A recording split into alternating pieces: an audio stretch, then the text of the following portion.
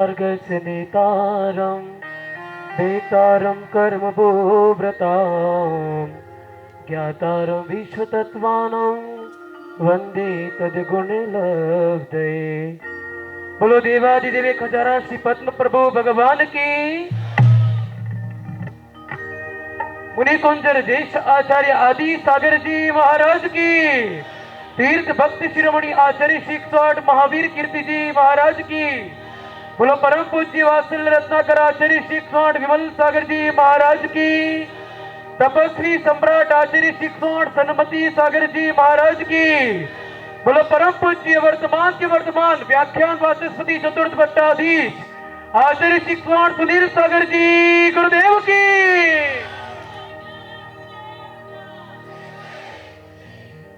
दाऊद की ये धरा वास्तव में भाग्यशाली भी है, पुण्यशाली भी है, क्योंकि जब पंचकल्याणक प्रतिष्ठा महोत्सव के लिए संघ यहाँ पे आया था तो आचार्य भगवान ने अपने मुखारबिंद से कहा था कि मैंने तो सोचा था कि 5 वर्ष या 7 वर्ष के बाद दाऊद नगरी में आएंगे, लेकिन जहां पर तपस्वी सम्राट आचार्य सन्मति सागर जी गुरुदेव का जो तपस्या स्थली है, वहां पर गुरुदेव हर महीने हर साल आए तो कोई दिक्कत नहीं है, क्योंकि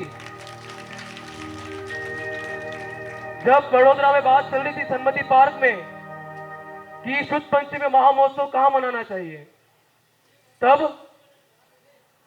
संघ के सभी संघ में साधु बैठे हुए थे कि साधुओं ने बोला कि बड़वानी 52 गजा पार्श्वगिरी जाएंगे, क्योंकि पार्श्वगिरी जो तीर्थ है वो सन्मति सागर जी गुरुदेव के आशीर्वाद से विकसित हुआ है, तो वहां पर आचार्य भगवान अगर पधारेंगे तो बहुत अच्छा रहेगा। और वहां पे अगर शुद्ध पंचमी महोत्सव मनाया जाएगा आचार्य आदि सागर अंकलिकर का 111वां आचार्य पदार्थ दिवस उस पार्श्वगिरी तीर्थ में मनाएंगे, जिससे तीर्थ भी हाईलाइट होगा। लेकिन जब पुनः आचार्य प्रसन्न सागर जी महाराज जी का जब दाहोद नगरी के वहां पे शावक पहुंचे, तब प्रसन्न सागर जी महाराज के ये शब्द थे कि मुझे आचार्य जी के दर्शन करने के लिए दाहोद नगरी में आना है। अब दाहोद नगरी का चयन इसलिए किया गया, दाहोद वालों के लिए नहीं किया गया, क्योंकि यहाँ पे तपस्वी सम्राट आचार्य सन्मति सागर जी गुरुदेव ने महान उत्कृष्ट सीन की व्रत की साधना की थी। उस कारण से, तपस्या के कारण से आज दोनों इस परंपरा के महान संत आचार्य भगवान सुनील सागर जी गुरुदेव आचार्य प्रसन्न सागर जी गुरुदेव का आगमन हुआ। तब सोचा कि पार्श्वगिरी तो भले तपस्वी सम्राट ने विकसित किया, वो तीर्थ है, लेकिन दाहोद नगरी भी कई तीर्थ से कम नहीं है, क्योंकि जहां पे तपस्वी सम्राट ने उत्कृष्ट महान को साधना संपन्न की थी। और जब दाहोद में कारेली बाग में शैलेश भाई सब आचार्य भगवान से निवेदन करने आए थे, तब जो मन की भावना थी, आचार्य भगवान की भावना थी कि शुद्ध पंचमी महामहोत्सव में आचार्य आदि सागर जी का 111वां आचार्य पदारोहण दिवस मनाना है। अच्छे से मनाओगे आप लोग? नहीं नहीं महाराज जी, बहुत अच्छे से मना देंगे, क्योंकि दाहोद में जो भी कार्यक्रम होता है उसमें 4 साल लगे बिना रहता ही नहीं है। और ऐसा ही कार्यक्रम यहाँ पे महाराज जी, डेला टूट चुका है, डेला पूरा उपलब्ध है हमारे पास, और यहाँ पे बड़ा डोम भी बन जाएगा। शावक अपनी साधुओं की चर्या भी कराएंगे, लेकिन कुछ जगह तो ऐसे होते हैं बड़े बड़े प्रोग्राम होते हैं तो चौके नहीं लग पाते, क्योंकि महाराज जी चौके लगाएंगे तो हम प्रोग्राम का आनंद नहीं ले पाएंगे। लेकिन दाऊद ने प्रोग्राम का भी आनंद लिया, कार्यक्रम का भी आनंद लिया, और पड़गाम का भी, जो उनका शावक का कर्तव्य होता है वो भी भली भांति से हमें पता है, गुरुदेव को भी पता है कि बहुत सी शावक ऐसे जहां पर गुरुदेव का पड़गाम नहीं हुआ, लेकिन शावकों की भावना इतनी उत्कृष्ट थी कि जब आचार्य भगवान का आचर्या पूरी हो गई, इसके बाद शावकों ने आचार्य भगवान को बहुत गलियों में घुमाया और अपने घर घर पे चरण। लेकिन गुरुदेव की जो भावना थी आप लोगों की, गुरुदेव ने से बच्चे, छोटे छोटे बच्चे, कई तो शावक घबराते महाराज जी कैसे बोले घर में, लेकिन 12-12, 10-10 साल के बच्चे गुरुदेव को हाथ पकड़ पकड़ के, महाराज जी हमें आपके घर हमारे घर में आना ही पड़ेगा।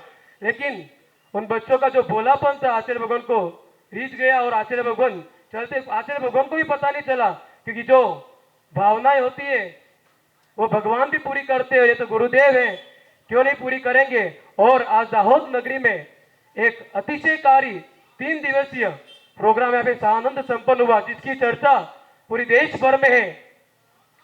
और तो और इन दोनों आचार्य भगवान का जब मिलन हुआ, जो करुणा जो वात्सल्य और जो गुरु के प्रति समर्पणता होती है वह आचार्य भगवान प्रसन्न सागर जी ने गुरुदेव के सामने प्रदर्शित की। इतनी लघुता के साथ में चाहे वो कुछ भी कर सकते थे, उनके पास इतनी साधना थी, इतनी तपस्या थी, लेकिन उनको पता है कि मेरी जो साधना अगर तपस्या जो है मेरी गुरुओं के प्रति प्रभु के प्रति जो समर्पण था उसकी वजह से है, ये मुझे भूलना नहीं चाहिए।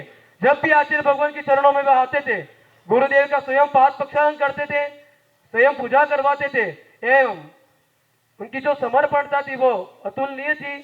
इसी दृष्टि से आपकी समाज दावत ने उनको गुरु सन्मति के मानस शिष्य की उपाधि से भी अलंकृत किया।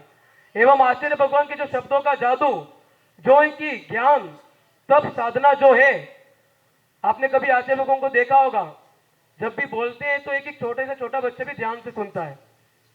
जब देखा होगा आचार्य भगवान प्रसन्न सागर जी सबको वाह वाह करा रहे थे, तब आचार्य भगवान का आप सोच रहे होंगे कि महाराज जी अपने डेस्क में से कुछ किताब निकालेंगे, कुछ कॉपी निकालेंगे, कुछ पेंसिल निकालेंगे, लेकिन वो तीनों डेस्क के ढक्कन खराब हो गए, खुल ही नहीं रहे थे। तब आचार्य भगवान ने कुछ नहीं कहा, एक पेंसिल मांगी तो क्या हमने पेंसिल उपलब्ध कराई, क्योंकि ये खुल नहीं रहा था। गुरुदेव की पेंसिल दी, छोटा सा एक खराब कागज रखा हुआ था, उनमें 4 लाइनें लिखी, और मतलब आप समझोगे नहीं, महाराज जी का उधर प्रवचन रहा, 5 मिनट में ऐसी रचना कर डाली जो सबको मन भा गई। उस रचना को अगर किसी इंस्टाग्राम में अपलोड किया तो लाखों लोगों ने व्यूअर्स बढ़ गए उसके।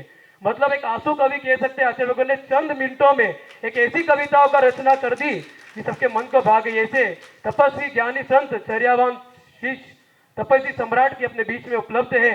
इसी मंगल भाव आपसे यही कहूंगा कि गुजरात से राजस्थान, राजस्थान से गुजरात तो बहुत बार आचार्य भगवान गए, 2015-14 से यही चल रहा है, गुजरात से राजस्थान जाना, राजस्थान से गुजरात जाना, गुजरात से राजस्थान जाना, लेकिन प्रथम बार गुजरात से आचार्य भगवान मध्य प्रदेश की ओर जा रहे हैं।